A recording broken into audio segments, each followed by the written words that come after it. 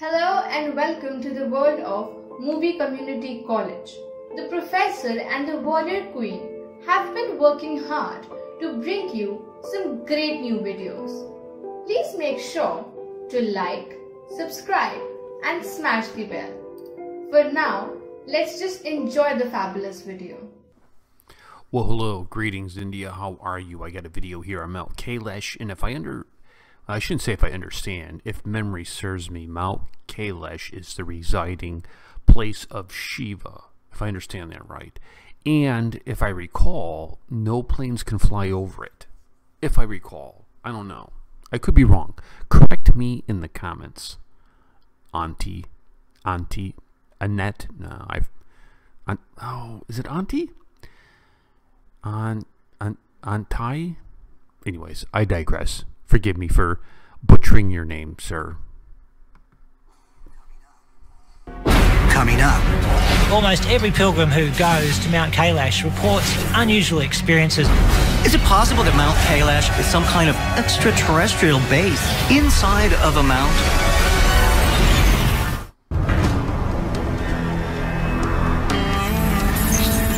The Tibetan Himalayas.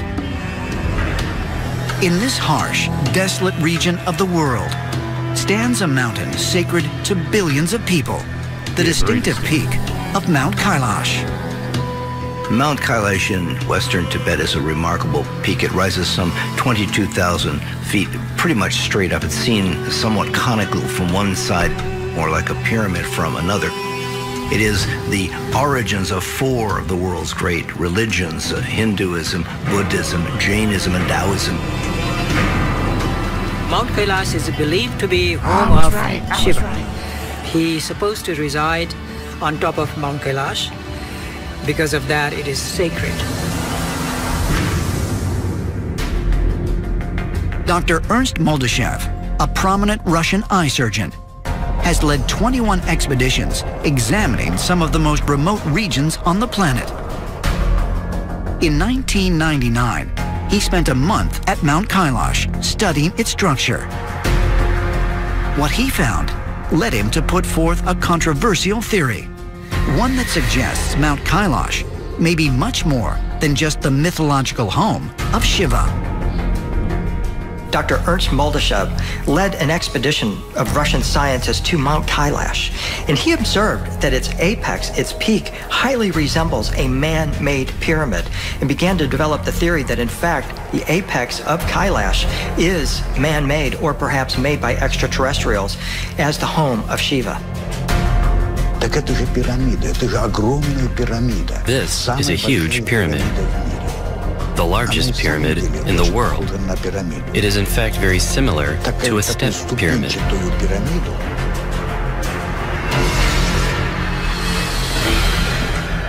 Could Mount Kailash really contain an artificial structure that is home to Shiva? According to all religions that revere the mountain, setting foot on its slopes is a dire sin.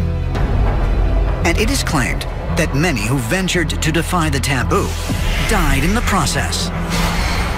This, along with the fact that China prohibits climbing Mount Kailash, has made examination of the peak impossible. But curiously, many who visit the mountain have reported strange happenings. Almost every pilgrim who goes to Mount Kailash reports unusual experiences along the way. A lot of people report rapid aging if they stay in the area. Fingernails grow faster, hair grows faster. Pilgrims go to Kailash to absorb the energy of the mountain. What I personally felt near Mount Kailash, I felt some energy. I usually do not feel energy. I do not have psychic powers, but I felt it.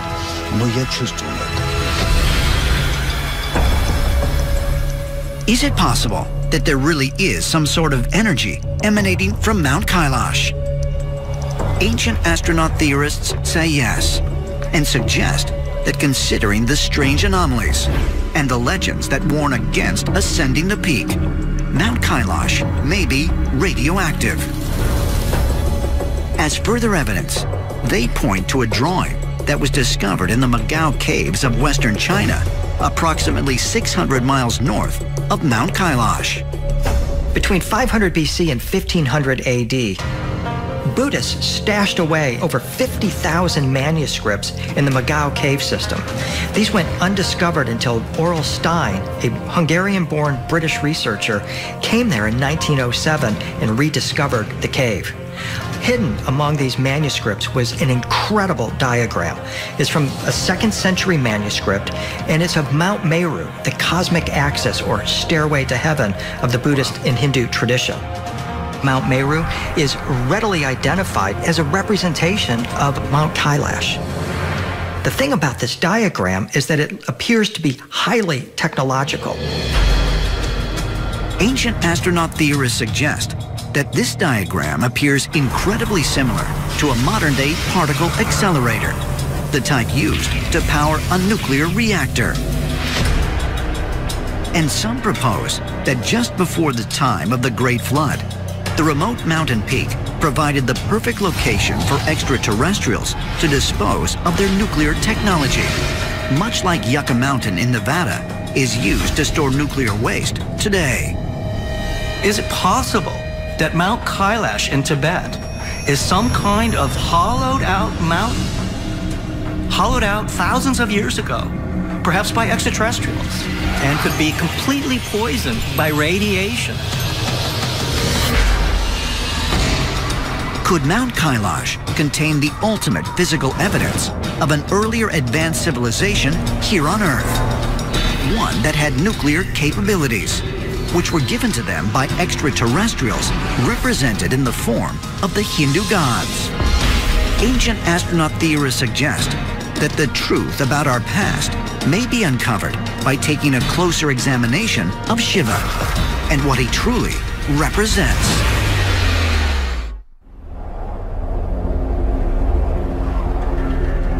August 5th, 1927. Russian philosopher and Nobel Peace Prize nominee Nicholas Roerich is exploring the Himalayan mountains when he sees a giant oval moving at a high speed and glowing like the sun. Changing directions from south to southwest, it disappears into the sky. Many of these UFO sightings are reported by Hindu pilgrims who move towards Mount Kailash. They've also reported UFOs around Mount Kailash, sometimes appearing to go directly into the mountain. And some people even claim there's an underground UFO base, as there have been reports of UFOs coming from the sky and disappearing at ground level. If Mount Kailash was once radioactive, as some ancient astronaut theorists suggest, could the presence of UFOs in the area be a sign that it is once again safe to access? Or could it still contain working technology that extraterrestrials continue to utilize to this day? Some ancient astronaut theorists propose the answer may be found by taking another look at Shiva and the possibility that he is not just the bringer of energy, but is energy itself. When J. Robert Oppenheimer, the father of the atomic bomb, observed the first atomic explosion. Okay, well, that ended on its own. That wasn't me cutting it short. What to say about this? I don't... Okay. If it was radioactive, couldn't you just put a Geiger counter right there and turn it on and see? Radioactivity, we know, has super long half-lives, that you can pick up traces of it, right? So we know we can kind of figure that out. Couldn't you get some kind of scanning equipment and scan the mountain and see if it's hollow? Here's a problem that I have with the video. A problem that I have with the whole alien idea about anything, right? About anything. Listen, I'm not an expert on Indian culture and Indian history. I kind of have a grasp of Ramayana, kind of. When you go through the text of Ramayana, when you watch the depictions of it, we see the Hindu Trinity right? We see the story all the way through. Nowhere does it say they're aliens. Nowhere does it say they're aliens.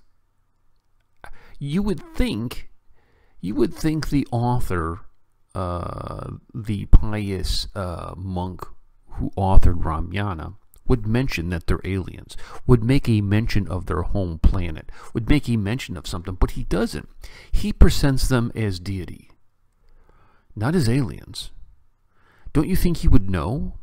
And so what I have a problem with videos like this that want to turn everything into aliens is because I think it's more about destroying the Indian culture versus I wonder if they're really aliens, right? Because I don't think man likes the idea of divinity. I really don't, because divinity means you're accountable to something or someone. Coming from the Christian faith, the Christian point of view, you know, the idea of Jehovah, right? My Trinity of Jehovah God, Jesus Christ, Yeshua, and the Holy Spirit. The temptation of the atheist to make them something other than they are means they're not accountable to them. They can say, well, God, that's not God, it's this. Therefore, I'm not accountable to what he says, how I should live, how I should carry my life. And I think this is very much the same thing that is going on with videos like this on Hinduism. There is a dark, sinister plan to make India very secular, to get you away from Hinduism, to get away from your beliefs, to turn you into the masses, right? And it's very unfortunate. So I don't think it's aliens at all, you know, and you know, that's just my take on it. So anyways, good video. Thanks for watching. I'll catch you guys later. Peace and much love. I am pleased to announce that Dr. Squat is the official soap of the professor. Dr. Squat is the best-selling organic soap on the planet. Make sure you click on the link below to purchase your bar. Feel like a man, smell like a champion. Please stand by for these important messages in 5, 4, 3, 2, 1. Hey guys, thanks for making it all the way to this point in the video and seeing us. And seeing us. Us. Us. The Besser Bunch. The Besser Bunch. Now, the reason why we are here is because Movie Community College is an awesome, they are the book. Awesome reaction the bomb, straight up. So, if this is your first time seeing them and you have not already hit that subscribe button, you need to. That's right. And you also need to, that's right. And they need to also like the video. Okay? Like it. Go ahead and give him a thumbs up. Okay? Leave a comment. Oh yeah, comment as well. Yeah, leave a comment. Don't give it away that we was at the end. We want this to be a secret. We snuck in. Yeah, we kind of snuck in. I don't even know if Movie Community College even know. Yeah. Ooh. Yeah. So we might want better. to tell them. We just kind of hijacked their whole page, didn't we? Yeah, we did do a hijack. So we better go. Let them in.